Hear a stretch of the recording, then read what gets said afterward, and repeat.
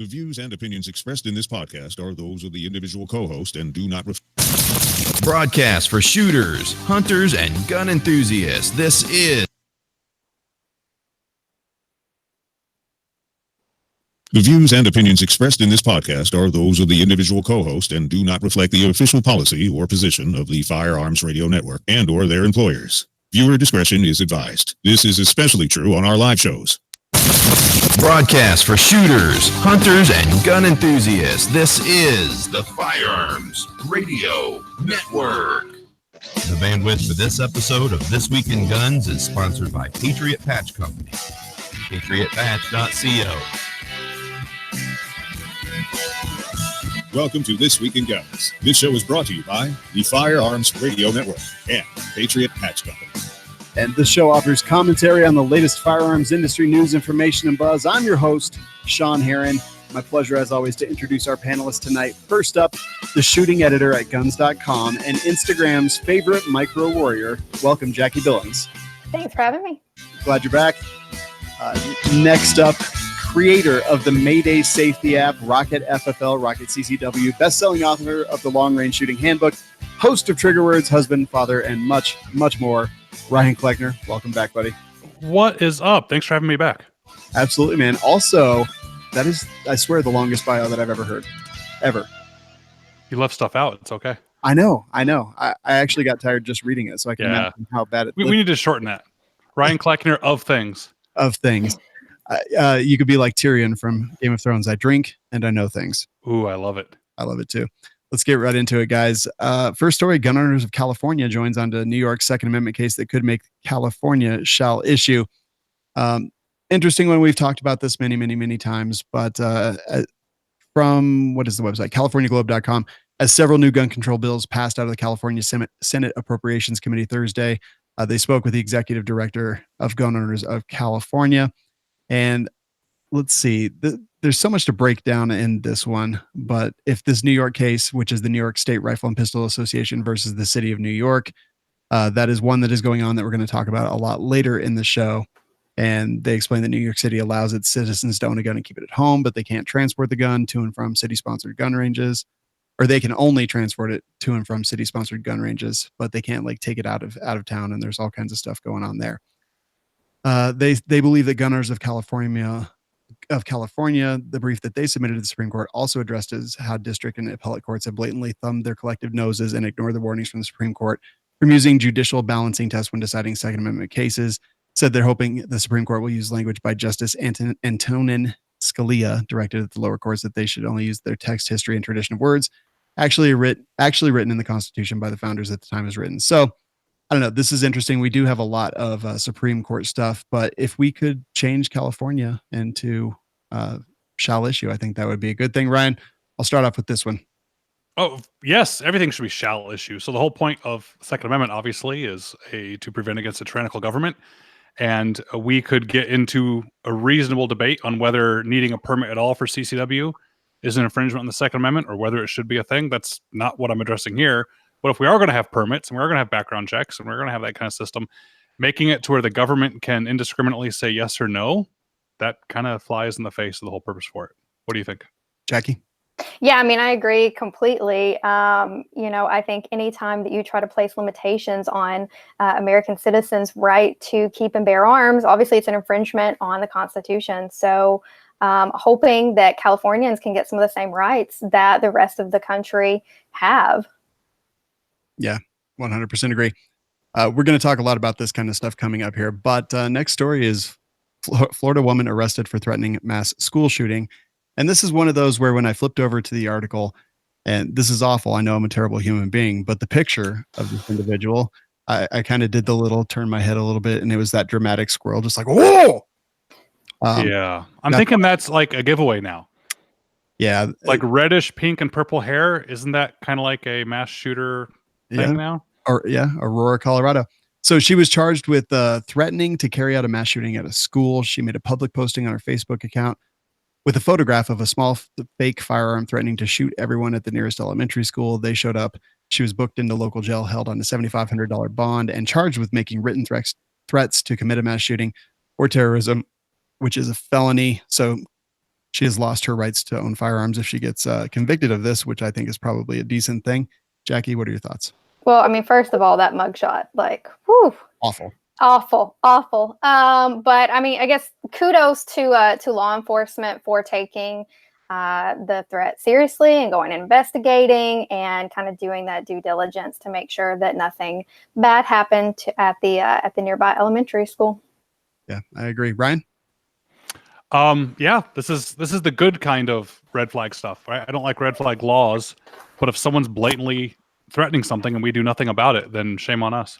Yeah, I 100% agree. And I'd like to finish this article by reading the last line of the article. Her Facebook page says that she studied hair coloring at a cosmetology school. Well, there you go. Yeah, so there you go. That explains everything. So the question now, though, is if she's released and after being a felon, whether she serves time or not, is that enough to protect schools? No, clearly not. Because it says, if felons, they can't possess firearms or ammunition, but we know that every single school shooting, at least one major law is being broken already. Yeah, I 100% agree. And here's the other thing is I think we get these people into the system. They actually didn't commit these acts, so they're not going to be in the system for a long time. They're going to get out of the system. And, after spending some time in there, and they probably feel that they've been mistreated for whatever reason, what happens when they get out? Do they double down on the idiocy, or does it just do they just be like, oh no, it was a mistake, I'm fine now? Right. Yeah. Excuse me. Former college football star, Kenny, edit that cough out. I couldn't even get away from the mic. It came on so quick. Former college football star hailed as a hero for stopping armed student at a local high school. Didn't hear about this at all. Not even the least bit surprising because, when things like this happen, doesn't matter. But he was a former Oregon football star. Like I mentioned, he was a gym teacher at the school. Everyone is hailing him as a hero after he defused the situation. So I'm going down to where it said it here, but the gunman, who was a student, appeared in the doorway in a black trench coat and pulled out a long gun from beneath his coat 10 minutes before the end of class. A bunch of students couldn't get out that door, so they started running out a back door. The gym teacher saw this happening and ran up, tackled him, and nothing happened. No one died. And once again, we have Riley Howell from UNCC. We have Kendrick from STEMS in Denver. And I will get his name here in just a second because for some reason I'm drawing a blank. But now Keenan Lowe, attacking these scumbags who want to take on these schools that they consider soft targets. And I think we're seeing a huge, just a shift in the public paradigm. Ryan, I'll start with you. Good. I'm glad we're seeing that. I mean, soft targets, I hesitate a little bit because I don't want to beat issues to death here, but we know that gun-free zones don't work. We know that gun-free zones are, matter of fact, if you want to have a facility and not have it be a subject of a mass shooting or an attack, don't make it a gun-free zone, because the second you make it a gun-free zone, you put it in the category of places that are subject to these kind of things. And the fighting back, good. But most people that are shot with a gun survive. That's a stat that a lot of people don't realize. So charging somebody and catching a bullet in the leg, good. Catching a bullet and even in the chest or the shoulder to save other people's lives, good. I mean, look at an airplane right now. Do you really think that anyone could take down an airplane with the box cutter anymore? I don't think they could. Nope. I think we need to treat our schools the same way. 100% agree. And the name that I couldn't recall was Kendrick Castillo. He was from STEMS in Denver. He died attacking the gunman so that they couldn't do their dastardly deeds like they intended. Now, Jackie, I'd like you to finish this one off for us. Well, I mean, like Ryan said, good that someone stood up and did something. It's just a shame to me that he isn't getting the recognition that he really deserves, because I feel like if we put these kind of people in front of the limelight instead of the shooters who attempt to do these things or actually carry out these things, we'd see a lot more people who maybe get confident and feel like they need to do the same thing if they're met with this kind of violence. So I wish the media did a better job of putting these heroes forward and celebrating them, because they deserve it. I mean, this guy, saved so many people. Yeah, I completely 100% agree. Sorry about the audio there. But yeah, we're seeing this. The stories that I've seen lately where these bad things are happening, people are fighting and people are sick of it. And the more the better. 2 of them have died so far, and I feel extreme grief over that. But how many did they save with their personal sacrifice? Right.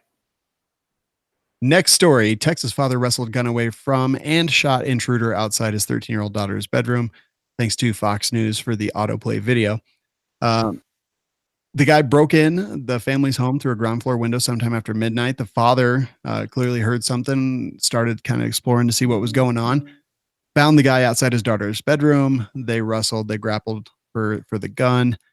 And then shots went off and that guy got taken to the coroner pretty much. So I think it's good stories like this that just show, what if the father hadn't been able to wrestle that gun away? What did this guy have in his mind for the family? Maybe it was just a robbery. Maybe it was much more. And, I'm glad that everything ended up well. Jackie? Yeah, I mean, we can preach preparedness all day, and I think this is why so many of us who are gun owners and parents choose to pack a gun, keep a gun at the ready, because you can't predict this kind of stuff. You can't predict the crazy person that's going to come in your house and do Lord knows what to your children. So I'm really glad that this father was able to protect his family. I'm really glad that nothing terrible happened to anybody, any of his family members, anybody in that house. Yeah. Ryan? Well, you gotta have a will to fight. Having a gun isn't the only solution. I wish he had a gun. I just take this moment to harp on another topic I like to say all the time, which is self-defense doesn't have the word offense in it for a reason. I think everyone likes to focus on the offense. We like to go to the range. We like to shoot a handgun and get very proficient with a rifle or a shotgun or a handgun and think that we're doing enough there. But guys, security is about layers. Defense is about you and your loved ones staying alive. It's not necessarily about killing the bad guy. I mean, maybe the bad guy needs to be killed in the process, but sitting there dying from wounds that you sustained in the gunfight and looking at the dead bad guy doesn't mean you won, right? So it's not about killing the bad guy, it's about staying alive. So my question is, do you have an alarm in your home right now? If you don't, get an alarm. Training with your gun is great, but do you have any tourniquets? Do you have any first aid gear? Do you have any way to to help take care of family members should they get hit? Because again, killing the intruder, awesome, but letting a family member die because you haven't thought ahead to take care of them and keep them alive kind of defeats the whole point. So be careful, folks. Yeah, 100% agree. There was a line in this that I didn't understand. A neighbor heard the shots, helped get the father's 4 children, ages 4 to 13, outside. After returning to the home, the neighbor witnessed the suspect stab himself with a kitchen knife. So he got shot and stabbed by himself. I don't know. It's a disaster. I'm glad the father was able to end up in this on the winning side of this one. Mm-hmm. All right, Ryan, this is the one where you make your money here. U.S. Department of Justice submits amicus brief in the New York Second Amendment case. So this is the one that I mentioned earlier. This is the New York Rifle and Pistol Club versus New York. And this is an interesting one. The actual United States Department of Justice has submitted an amicus curiae, which is basically a friend of the court declaration. I'll let you explain what that is to us. Sure thing. So, well, first we have a case about gun laws that didn't go favorably for us gun owners. And so it was getting, brought to the Supreme Court. The Supreme Court decided to hear it. They don't have to decide to hear every case that comes in front of them. And as we've covered on This Week in Guns before, if the Supreme Court decides to hear a case, the betting money is they're going to overturn the decision. Okay. It's like 96% of the time. I'm making that number up, but it's about that much of the time, what the outcome is going to be. And the reason is the justices get to vote on what cases they take in. And if the justices were happy with this infringement on the Second Amendment, they would just leave it alone. They would let the infringement stand. But the fact that a group of them, more than the others, decided to hear the case means they don't like how it went down, most likely, and they're going to overturn it, which is awesome.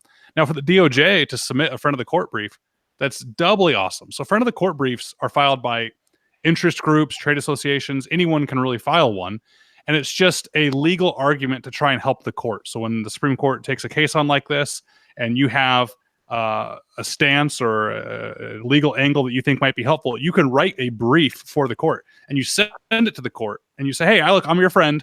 I'm here to help you with your legal arguments and maybe shine a light on this in a way that you guys may not have considered, or maybe help you with your questions. And good amicus curiae briefs can actually make it into the final opinion, because it's so helpful to the justices. So the fact that the Department of Justice is doing it, really, really awesome. And in a weird way, maybe this is the silver lining for some of these gun restrictions we've been having lately, right? You can't get to the Supreme Court and win if you didn't lose beforehand. It's actually a piece of advice I used to give my university students was if you're on trial for murder or something horrible is about to happen to you, and a very famous attorney comes to you that's argued in front of the Supreme Court and says, hey, I want to take your case on for free because I want to take this to the Supreme Court. Turn them down.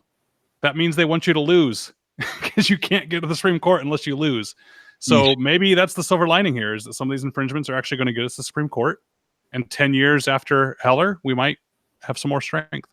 Yeah. And this is the one where they can drive to city ranges and things like that, but they can't drive to a 3-gun match in a neighboring state or anything.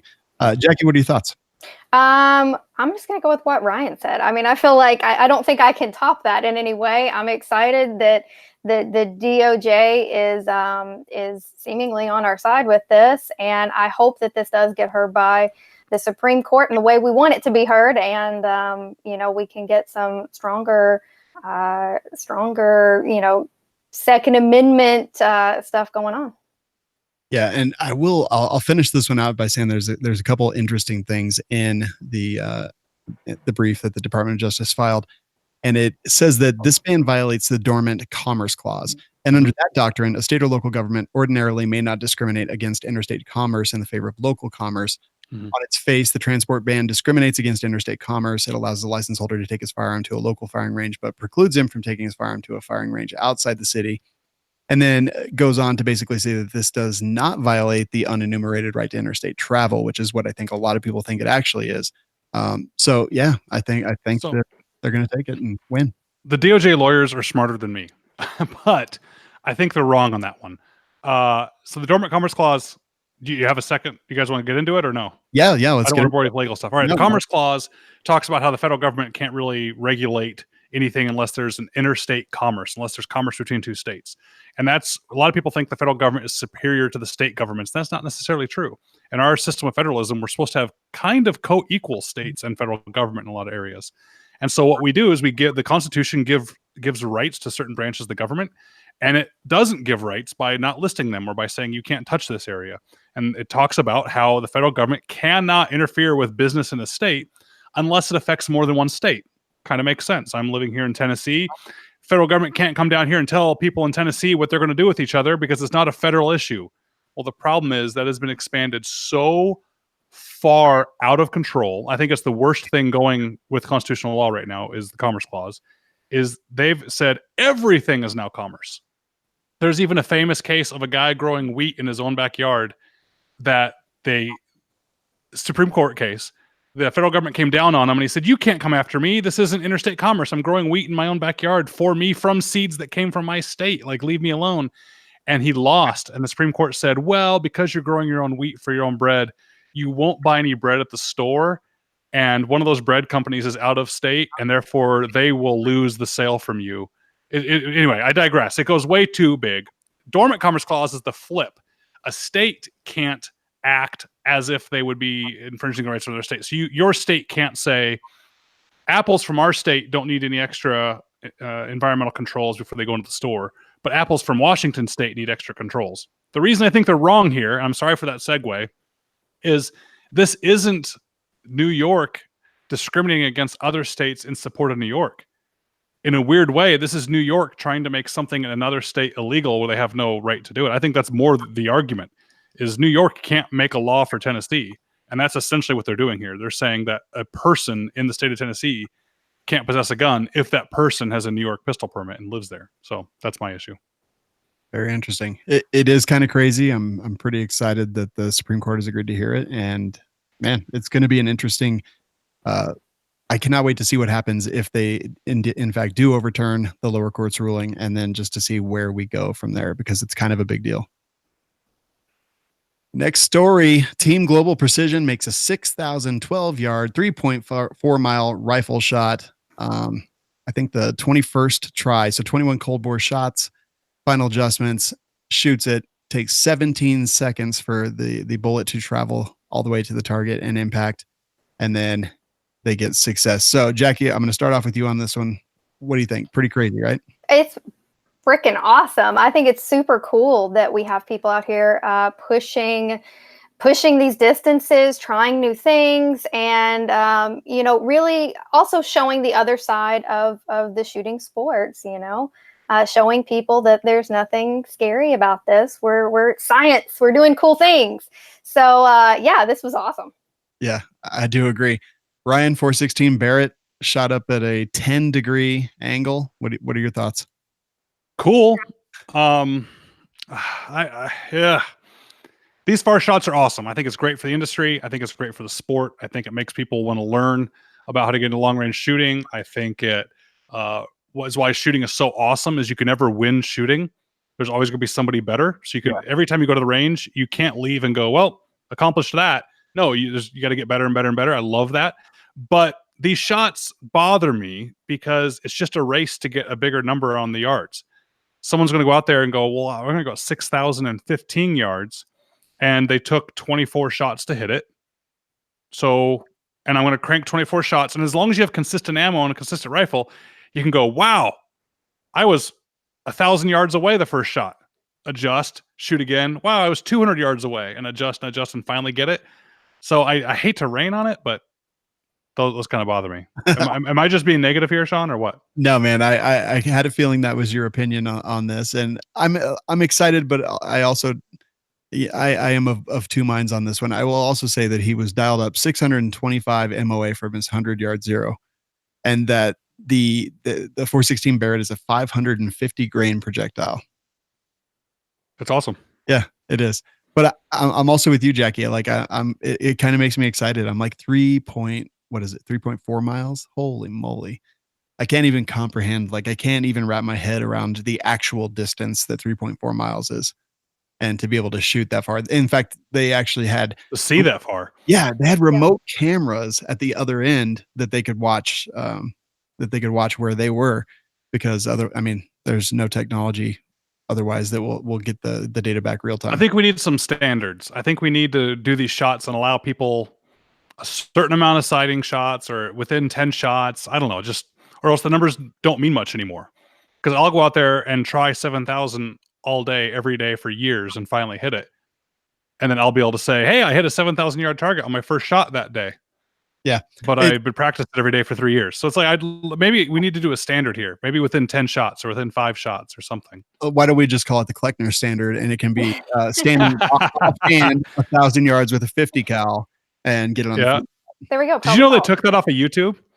They did? Yeah, they took it off of YouTube. My like best video I'll ever do, because I'm never going to try it again. They took it down because they used copyrighted music. Used AC/DC. Yeah, that is ridiculous. Oh well. All right. Well, talking about good shots here, we have an Oklahoma police officer. He takes out an active shooter across 6 lanes of traffic. I watched this video. It is pretty interesting. So I'm going to set it up for you. I don't really recall why they were after this guy, but he was on the freeway shooting his gun. He ended up shooting. That's why they're after him. Yeah. I don't know what precipitated all that behavior, but yes, this is where it ended. Hit somebody in the shoulder, hit somebody in the cheek. There is video on this, literally in the article from Defense Maven. You guys need to watch it. It's great. It is. Cop runs up, and he's running hard. That's the best part of the shot. Yeah. That dude is huffing it with adrenaline pumping, with everything, and makes a competent shot. Yes. Goes back to my other point. So lay down, get some pistol and rifle practice in, but lay it down and go for a jog too. Mm-hmm. So he's running super hard, runs up a little bit of a hill and gets to one of those concrete dividers on the highway. Basically just braces off of that, shoots across 6 lanes of traffic, 2 shots, guy goes down, threat is managed. And then he, runs across 3 lanes of traffic, almost dying multiple times, in my opinion. And then they totally get him. So Jackie, I'll go with you here. Did you watch the video? And holy moly.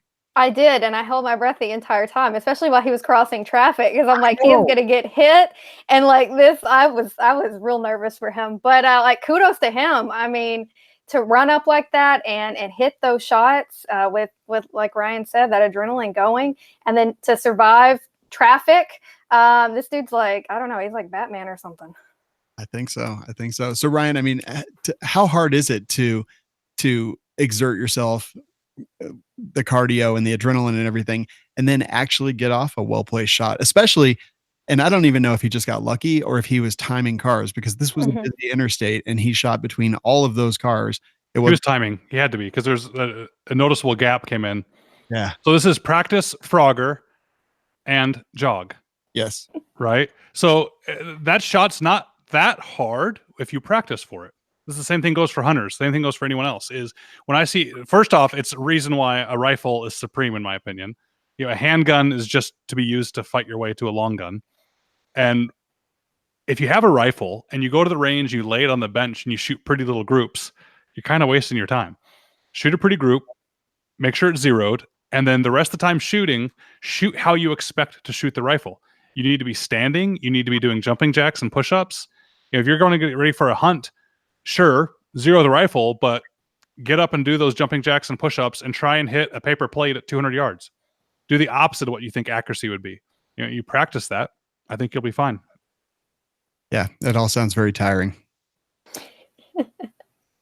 Next story. Federal court issues injunction against Riverside County Sheriff for not issuing handgun licenses to legal U.S. residents. This comes to us from the Firearms Policy Coalition.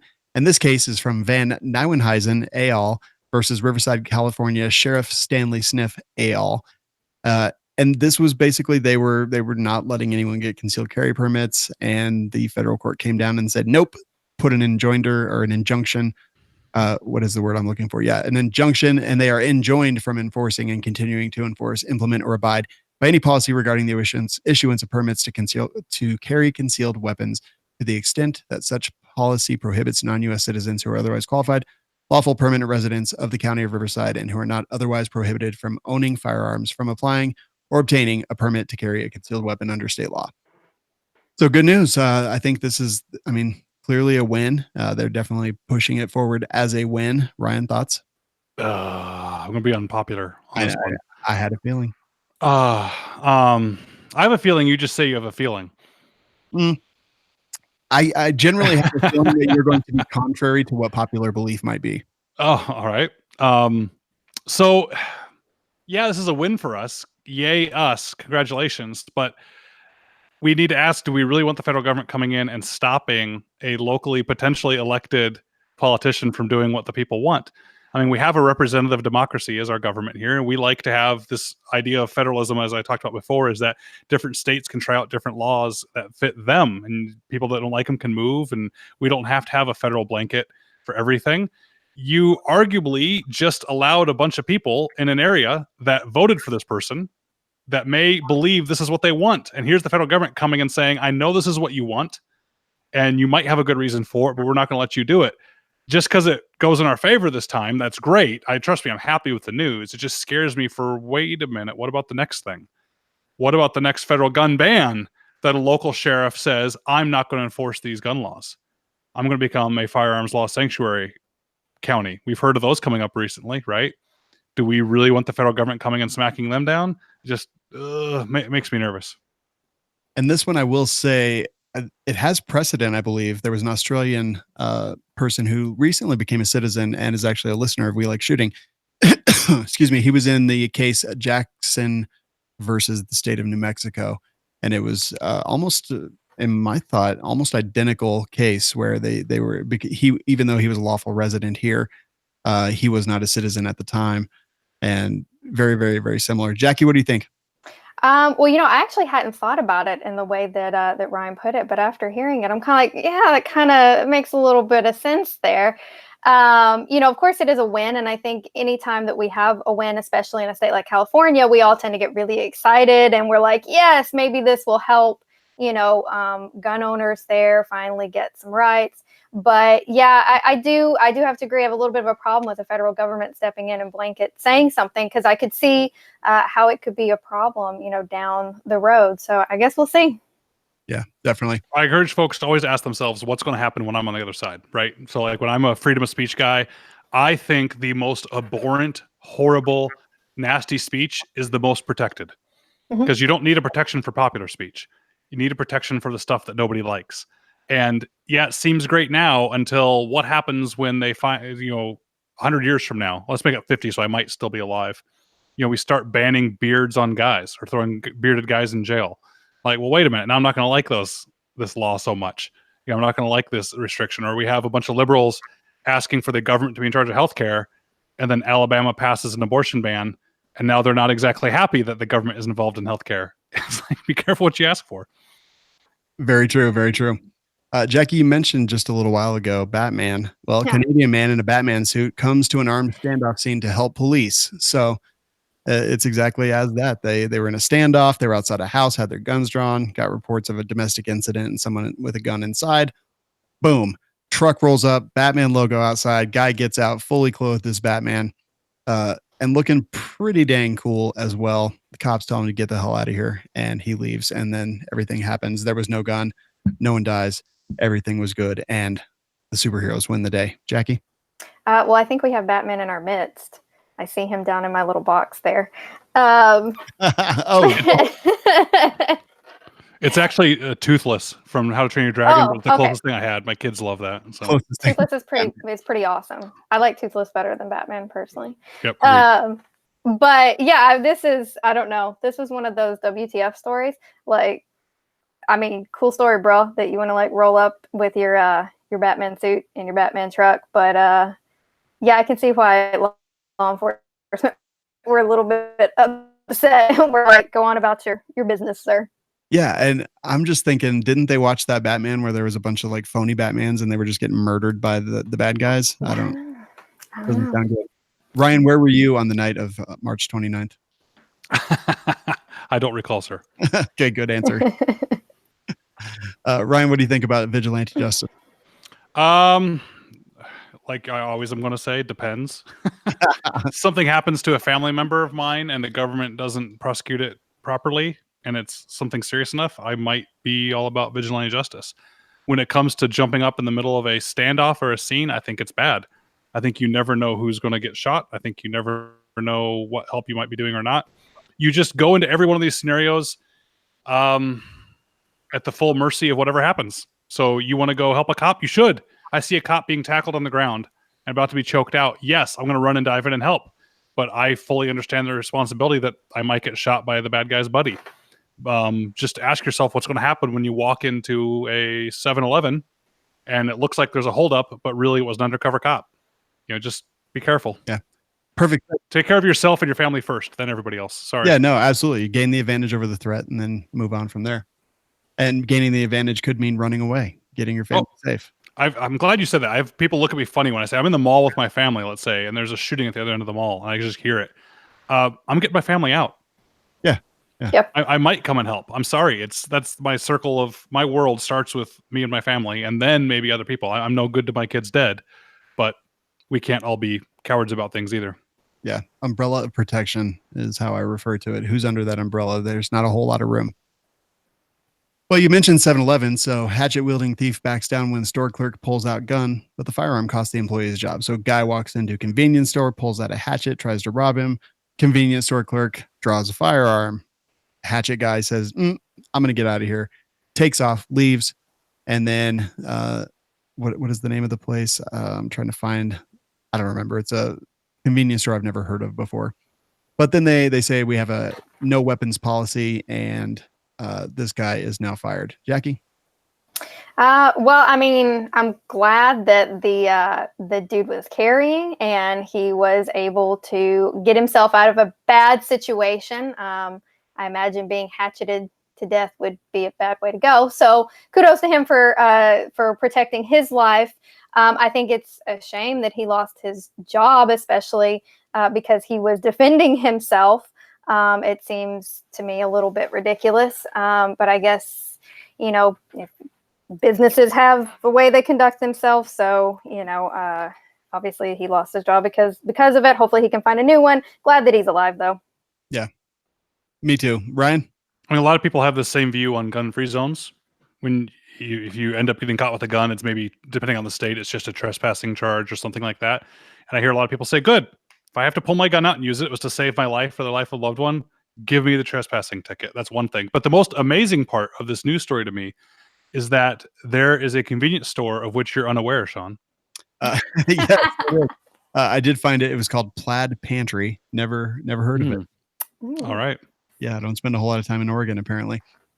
This is a good thing. And it also brings up something else. So a lot of times in classes and self-defense and things, instructors talk about fight, flight, freeze, posture, and submit. And they often talk about the fact that submission equals death. You know, if you acquiesce to all of the bad guys' demands and do whatever they want, that very often you could end up dead. And then I was part of an instructor crew that was teaching, and a situation came up where one of the girls had left a note and said that she had been after hours at the fast food place where she worked. Some guy kicked in the back door with a gun, led them all into the kitchen, put them on their knees, hands behind their head, and then took the money and left. And I'm thinking, you know, well, what if they had thought that submission equals death? And what if they had fought this guy and somebody ended up dying? And it's always those kind of situations where, you know, there's, Ryan, you've said it multiple times on the show tonight and previously that it depends. Everything depends. You can never have a good idea of exactly what's going to happen. And what about the gym coach that tackled the guy with the gun?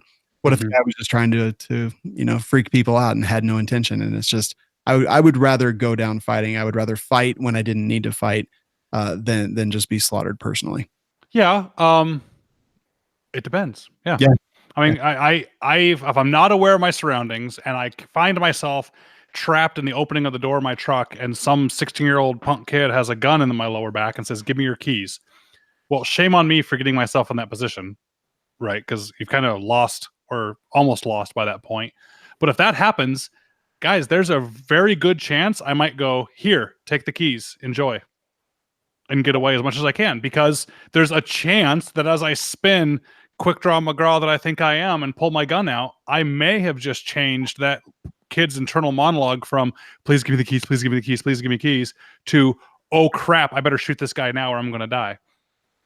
And then other situations, it could go another way. So yeah, you got to keep your head about you. Yeah, definitely tough. Jack, any final thoughts on that one? No, I think Ryan summed it up. Texas moves to legalize open carry after a natural disaster. This seems like the whole thing seems silly. And I know it's happened. I think Florida did this as well after some hurricanes. But basically, after a natural disaster, state lawmakers narrowly passed a controversial bill Sunday that would allow licensed gun owners to carry their firearms open or concealed for 7 days during a state of emergency. The change would even apply to bars and shelters if the operators of those premises choose to authorize the practice. It's going to the governor's desk. May have already been signed into law by now. I don't recall the update there, but I think, yeah, I mean, this makes sense to me. Jackie, what do you think? Yeah, I think it makes sense. I think if you're a law-abiding American, then you have the right to bear arms. I mean, that's what it says. So, and I think especially after, you know, a natural disaster or something like that, I know I would want the ability to carry. Now, I'm not a huge proponent of open carry myself, but I would want the ability to carry in order to protect my family and, you know, all the things that might, you know, I might encounter after a natural disaster with people trying to come in my home or things like that. So, yeah, I think it's a good move. Ryan, opponents to this bill say that it poses a public safety concern and place an additional burden on first responders during an already stressful time. What say you? They're wrong. I love I think it was the Koreans on the rooftop of the LA riots. Rooftop Koreans, man. Yeah, that's amazing. So here's my only problem with this article and this approach is I don't think it goes far enough. Logically, if it's a smart idea to allow something during a natural disaster, then why wouldn't it be a smart idea to allow it always? So if you're allowed to carry openly because that's where bad things can happen, well, can't bad things happen every day? Why are we allowing it just here? So that's my only concern is I'm not a fan of open carry either, Jackie, but it's just weird to me to carve out after a natural disaster has been declared by this elected official, then you may do X. You know, it's kind of my argument against people saying that only cops should have guns or things like that is, well, wait a minute, why should they have a gun? And they say, well, because they're interacting with dangerous people on the street. I say, you're right, but guess who has to interact with that dangerous person 20 minutes before the cop gets there without backup? You know, so if you need it, you need it. And if it's okay, it's okay. I don't like carving these things out. I like it. California FFL stole cops' identities for illegal gun sales. So this was an interesting one, and I had to read it a couple times just to try to understand some of the intricacies here. So in California, they have a roster of firearms, and only the pistols on that roster are California residents and citizens allowed to actually own. And it has to be very, very specific, like Glock Gen 3, or I think is allowed, and other generations of Glocks aren't allowed. I'm not an expert on the entire roster, but basically law enforcement can buy those firearms that are off roster. And then they can actually sell them by going directly to an FFL, and then those firearms can be sold to California citizens. So what this person was doing was using stolen names of law enforcement officers and buying those, and then saying that the officer sold it to the gun range or to the FFL, and then the FFL was allowed to sell those off-roster firearms to citizens. Anyway, he's going to jail, and he's been caught. And this is one of those things where interesting way around the situation, but ultimately against the law, and he's going to pay a pretty heavy toll. Jackie? Well, I mean, I'm not for doing illegal things. I don't think you should do illegal things, but I think this is a perfect example of how gun laws don't really stop people from getting the things that they want. So, you can live in a state like California, and the politicians there can put all the laws on the books that they want, but people are going to get creative and they're going to find ways around it if they want to. So I think this just makes the case of why gun laws are pointless. Mm-hmm. Yeah. Ryan? Yeah, this is all from microstamping. This is all Kamala Harris. You guys know her. This is her fault. We have the roster in California. She said microstamping is available, so that's why these other guns can't go on there. Is because any gun made after a certain date has to be microstamping capable, or it can't be sold in California. And since no guns are microstamping capable, then no guns made after that date can be done in California. So stupid laws trying to enforce and prevent people from having the safest, best firearms that they want. I don't get it. And don't forget, this is Kamala Harris, who is running for president and says if elected, she will outlaw assault weapons by executive order. So anyway, guys, there's a lot of stuff going on with the NRA, and there's an article in the Washington Post that says liberal media is salivating over NRA implosion, and they're not wrong. It's an awful article. I don't even want to really read anything from it, but it just brings up a lot of different things. And I actually read today that so the NRA filed a $40 million or $50 million lawsuit against Ackerman McQueen, their marketing agency of record.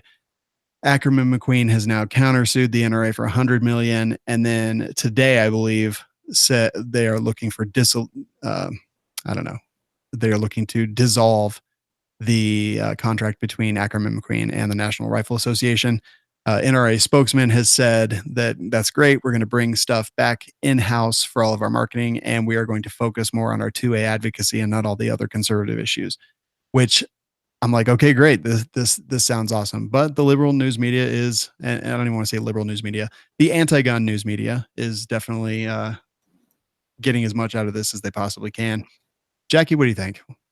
I mean, I think it's unfortunate that this is all happening because it is giving them ammunition to use against, gun owners and our cause and the Second Amendment. So, I kind of hate that all of this has come to this point with the NRA and has kind of shed a bad light. Although I do think that the quote unquote liberal media is really running amok with this as much as possible to kind of, get people on their side. So it's just kind of unfortunate all around. I hope the NRA kind of gets their stuff together and gets back to the original mission of, protecting the Second Amendment and advocating for it.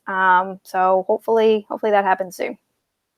Ryan, anti-gun media all over this stuff with the NRA.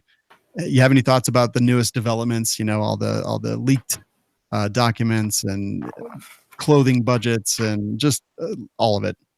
Yeah, hold us accountable. I think the NRA needs a serious overhaul. I think they've lost their course. Heck, I'm not even okay with the liberal media going crazy against the NRA because I don't want them to be afraid of the NRA. I want them to be afraid of us as voters. I think the NRA for a long time is one of these things that I know it's good for our industry. I know they're supposed to go out there and lobby and fight these things, but they're not. They're calling for bump stock bans. They're not supporting states that are having these issues. So good. Liberal media, there's the NRA. Go get them. Go attack. Well, the Firearms Policy Coalition and voters and people that are just educated are going to fight back, because arguably, even if the NRA was super strong, I don't want gun grabbers and people that would want to turn us into a socialist country afraid of a organization. Anyway, I want them afraid of us. Yeah, I agree. Next one. This is a crazy one. I'll actually be in Washington next month, or in July. Seattle City Council member wants to install speed bumps to curb drive-by shootings. Well, I don't really need to read anything else out of the article, because that is pretty much it, and that's all there is to it. So let's mandate smaller gas tanks, because if they have to stop to fill up more often, they can't get away. What if we couldn't roll down our windows? Oh, Mm-hmm. Yeah. onto something. We all have air conditioning nowadays. I mean, it's not like it's. So that right there is proof that gun laws don't work too, right? So any new gun law is an admission that previous gun laws didn't work, one. But two, in Mexico, you ever been to Mexico, Sean? I have. In certain places in Mexico, they all have stop signs and speed bumps because everyone just blows through the stop signs. So instead of enforcing the stop sign rule, they try and put a speed bump in. And that's actually an analogy we'd use in the firearms industry, is like operations. No, if there's a problem, let's fix the problem. Let's not just add a speed bump. This is so ironic. They're literally trying to add speed bumps to add more laws and more restrictions and more things, instead of, I don't know, enforcing the laws they already have and cutting down on crime in these liberal cities. Yep. Now, Jackie's city council members, they proposed a handful of measures, and apparently there's a lot of drive-bys going on in Seattle's Central District. They introduced a ban on semi-auto weapons, adding speed bumps to 21st Avenue. Do you think that speed bumps are the answer? I mean, do you think that it might have an effect? I mean, Ryan just mentioned somewhere else where they're doing it, but what's your honest opinion? No, they're not going to have any kind of effect whatsoever, other than costing the city money to install them and, hitting taxpayer wallets there. Speed bumps are ridiculous. Obviously what they have on the books isn't working. So again, why do you put more stuff on top of it? Why not focus on figuring out why gang-related violence is on the rise or is a problem? Why not put that money towards initiative to stop youth from joining gangs, or put that money towards the police department so they can enforce the laws that are already there against gang-related violence? So I think there's a lot more that could be done that doesn't involve tearing up the road and installing speed bumps. I'm going to hop ahead to a story that I think is tangentially related to this. Chicago mayor calls gun violence a public health crisis.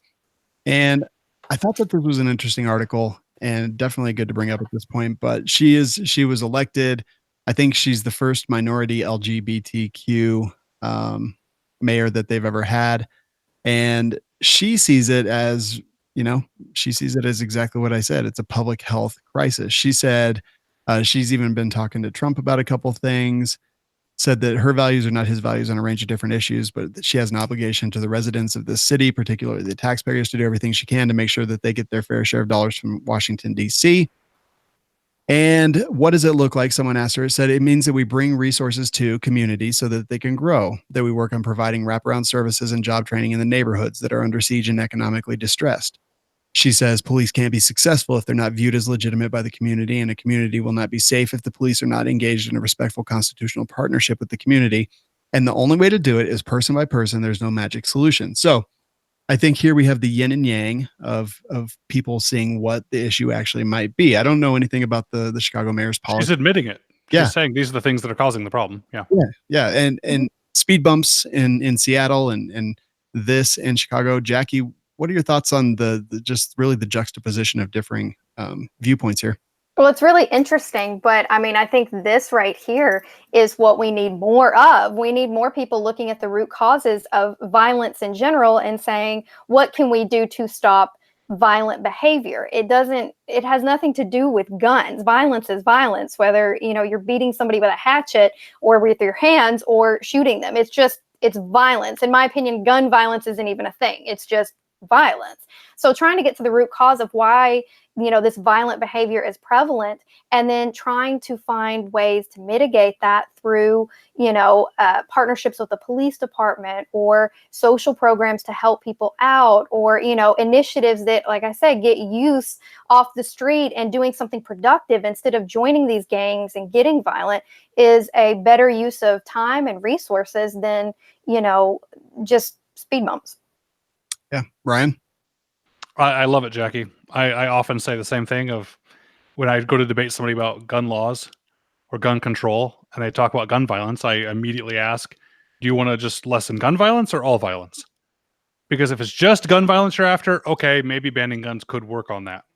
I don't think it will, but at least you're honest. If they say all violence, okay, now we can have a discussion. And one of the things I want to wonder is why are these liberal sanctuaries the ones that are having all these problems? Mm-hmm. Yeah. ATF agents actively looking for purchasers of illegal machine gun parts. This is kind of the wish.com Glock auto sear that we've seen. Holy moly. So the reason I'm bringing this one up, we've talked about it before, but ATF and customs officials in Chicago identified more than 2,900 packages containing conversion devices that are believed to have been shipped into the United States. PayPal accounts linked to the suspected Chinese exporter revealed over 3,800 sales transactions by U.S. customers who are believed to illegally purchased and obtained these auto sears and things like that. These are huge numbers.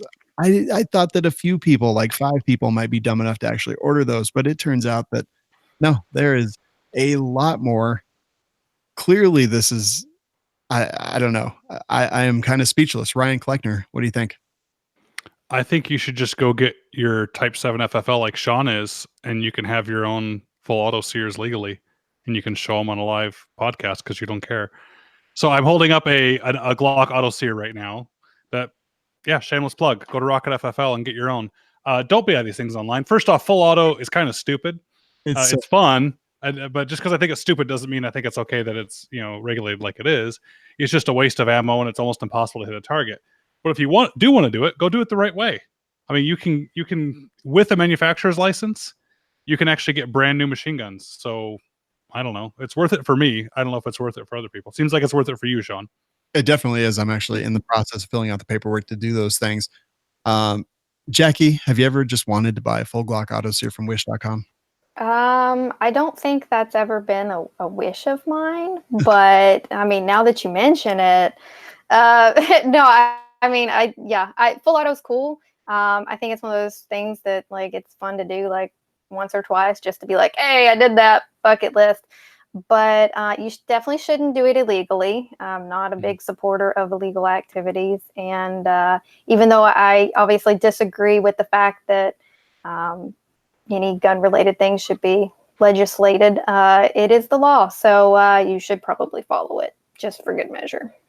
Ryan, in the abstract, for individuals out there listening who have ordered these things, what would you suggest they do? Ooh, we're dangerously close to legal advice. Yeah, I was trying to think like from an abstract. I'll just say it's not legal advice. You have 2 options. You have 3 options. You have keep it and use it and be an idiot, and therefore in your protest against gun laws, risk losing your rights to all guns and your freedom and your livelihood. So that's one option, is keep it and do nothing. But if you want to try and remediate the situation, you could either destroy it into a bunch of little pieces and get rid of it completely. And although it would never get rid of the crime, which was purchasing it online and possessing it, just because you don't possess it now, you can't throw the cocaine away and then go, well, I can't get in trouble, I don't have it anymore. No, you can still get in trouble for it, but at least not making it worse. Or you could go try to turn it in. You could contact a local field office and say, hey, I found this, and try and turn it in. There's pros and cons to that too. If you need help with this one, call an attorney. Yeah. And again, that's not legal advice. Sorry to put you on the spot. I know there's people out there like worried about this. And the last thing I would want is to still have it. Yeah. Mm-hmm. Right. And if you want to be a good guy, then act like a good guy and say, what would a good guy do here? Would a good guy go bury it in my backyard? No. A good guy would either destroy it or turn it in. So pick one. There you go. I'm going to move into the I'm offended segment. This is a Massachusetts teacher accused of planting ammo at a school and calling 911. My first response. So this guy basically walks into a stairwell, drops a 9mm round in the rear stairwell, then gets on his school provided walkie-talkie, and he calls the office and says, hey, look what I just found. I found a 9mm round. And everyone comes around, and then they just look at the camera and they're like, sir, we clearly see you dropping that round there. At first I was like, what a piece of absolute trash. And then I read a little bit further, and he says that he did it because he wanted the school to get metal detectors. and he was trying to prove to the school that they need to get metal detectors. And then I'm like, okay. So I am between I don't know what to feel about this one. Jackie, I'll start with you. What are your thoughts? Well, the road to hell is paved with good intentions, I think. I can understand the sentiment of wanting to protect the school, protect the students, and feeling frustrated that nobody's listening. So you're like, hey, I'm just gonna show them. But at the same time, illegal stuff is illegal. So you probably shouldn't do things that are illegal. There are probably better ways to go about this. I don't know the full context of this, but, I would suggest in this case going to those, city council meetings, going to school board meetings, making a big protest where you can in a legal manner and not doing something like this because it really didn't help him out any. No, it probably affected his life in a very, very negative way. Ryan Cluck? Yeah, it makes it worse for the rest of us. That could have been added to a stat of school violence. That could have been used to take fundamental liberties away from otherwise law-abiding Americans because he did what he did. I mean, I don't know. Maybe he should go call Mayday Safety. We would have given it to his school for free, and he wouldn't have had to go do all this. Yeah, there you go. On the one hand, I'm like, I'm with you guys. I'm very divided on this one. On the one hand, schools aren't doing enough and they need to do more to protect the kids. Ryan, you said it earlier, and that seems to be his motivation here. I'm also going to say it's kind of weird that when they searched his vehicle, they found 102 live rounds of 20 gauge shotgun ammunition. So just a gun guy. Just a gun guy. So? Doesn't matter. Yeah. Just a gun guy. But yeah, this is so bad. It's wrong. I don't think there's anything, even though he had good intentions, I don't think that should count, in my opinion. He did the wrong thing. And telling someone to be more careful and then attacking them or, doing something horrible to somebody to try and show there's a need. It's wrong no matter what you do, in my opinion. Yeah. And it probably will show up in some school firearm report somewhere. It'll be twisted, to be sure, without question. Let's see. Last story, we're going to move into the full auto news segment. And I don't know if you guys had a chance to look. I picked one if you guys didn't have one that you were really attached to. All right. Suicide bomber teacher blows up his whole class. This comes to us from the truthwire.com. And, it is pretty much exactly what I just said in the headline. He was teaching a bunch of others how to rig a suicide belt, and he was using a live belt, and it detonated, resulting in mass fatalities and took out an awful lot of suicide bombers. One of my good friends is EOD, and I was meaning to send him this article to get his opinion, but he deals with a lot of these people that this guy was teaching or he dealt with in the past, and it makes me mad. And I think that this is good riddance to bad rubbish. Yeah, Ryan, what do you think? Well, to be fair, didn't he say, "All right, students, pay attention. I'm only going to show you this once"? Yes. Okay, he did. So good. Jackie, what do you think? You do stupid things, you win stupid prizes. I'm good riddance. Think of how many innocent lives were probably spared because this guy was stupid and bad at his job. So and a coward. Suicide bombing is the biggest of all the cowardice, I think, for terrorism attacks or any suicide activity. Not by the person doing it, which it is kind of cowardice because they don't have to face the repercussions, but by the people that talked him into it. Mm-hmm. If this guy is teaching a suicide bombing class, the one thing he's never done before himself is done a suicide bombing. Mm-hmm. So these people do nothing but take the time to convince others that there's some sort of shortcut to an afterlife by doing this. And it can't be true, because if there really was that shortcut, they would have taken it themselves. And so that's what bothers me about this one, is it preys on, not only does it kill innocent people, got it, horrible, but it preys on some of the weakest of society, of some of the children, of some of the women in society to carry out these attacks. Yeah, bad stuff all around. All right, that's going to do it for the news stories tonight. But before we go, I want you guys to tell us what you've been up to and where people can find you. Jackie, I'll start with you. So the best way to find me is on Instagram, Micro Jackie. That's Jackie, Jcki, with no E. And you can also find me at guns.com. I write articles daily, do videos now for them too. So you can check out our YouTube page, or you can check us out at guns.com/news for all the news articles. And that's what I do every day, all day. Love it. You've been doing a lot of videos. I saw that. And how has your job changed since you became the guns editor? It's gotten busier. I write a little less than I did before, but I now manage some contributors. I'm doing videos now. I've learned how to video edit.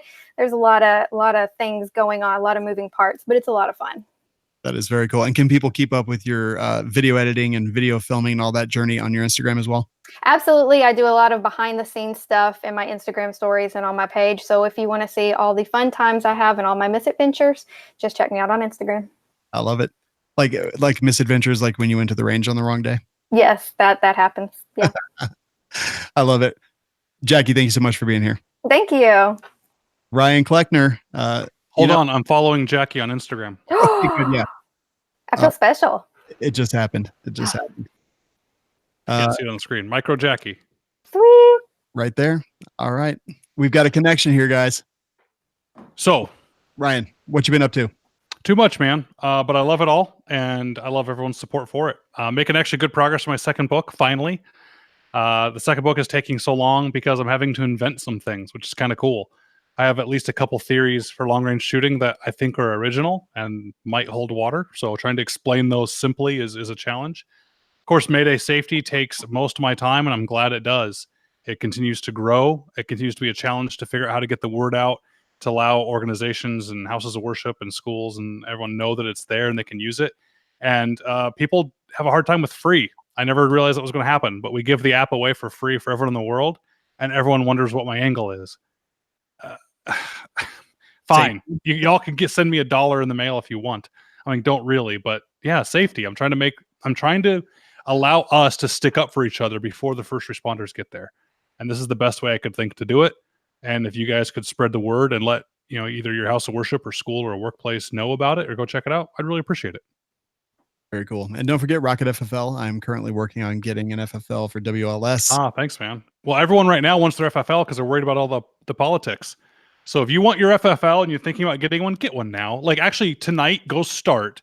Because if you want your SOT, your tax payment starts in a month and it'll give you the full perfect year. So if you want to get an SOT, start now because July 1st is like the deadline for your best for taxes. And then when gun laws start coming down, if they come down with politics and what's going on, hopefully you'll be more insulated as an FFL. We'll see. All right. Awesome.